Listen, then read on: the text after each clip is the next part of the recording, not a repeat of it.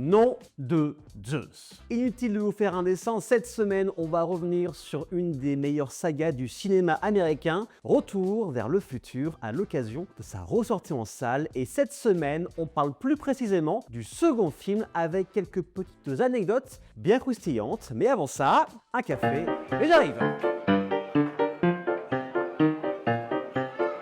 On va commencer par un très connu. Est-ce que vous vous rappelez de l'ennemi juré de Marty McFly, présent dans le second et le troisième film? Il s'appelle Needles, et histoire de vous rafraîchir un peu la mémoire, extrait. Salut Super M, comment ça va McFly? Can't Stop, Californication. Il s'agit bien sûr de Michael Balzari, alias Flea, le bassiste des Red Hot Chili Peppers. Le groupe existait déjà en 1989 et vous l'avez sûrement aperçu plus récemment dans le film Baby Driver et aussi dans l'univers de Star Wars avec la série Obi-Wan Kenobi.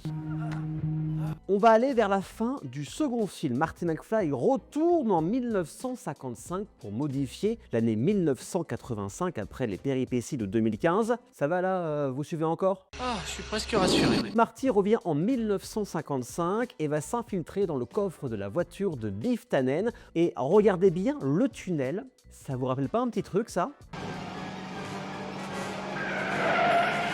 Et maintenant, regardez bien ce tunnel que l'on peut voir dans le film également réalisé par Robert Zemeckis, Roger Rabbit.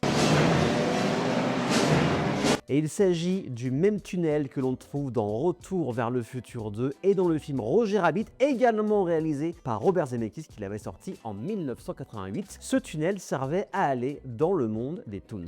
Non merci. L'un des chocs majeurs en tout début de film de Retour vers le futur 2, c'est le changement de l'actrice qui joue Jennifer, la petite amie de Marty McFly. On est passé de Claudia Wells à Elizabeth Shue. Mais est-ce que vous saviez pourquoi la production a changé d'actrice?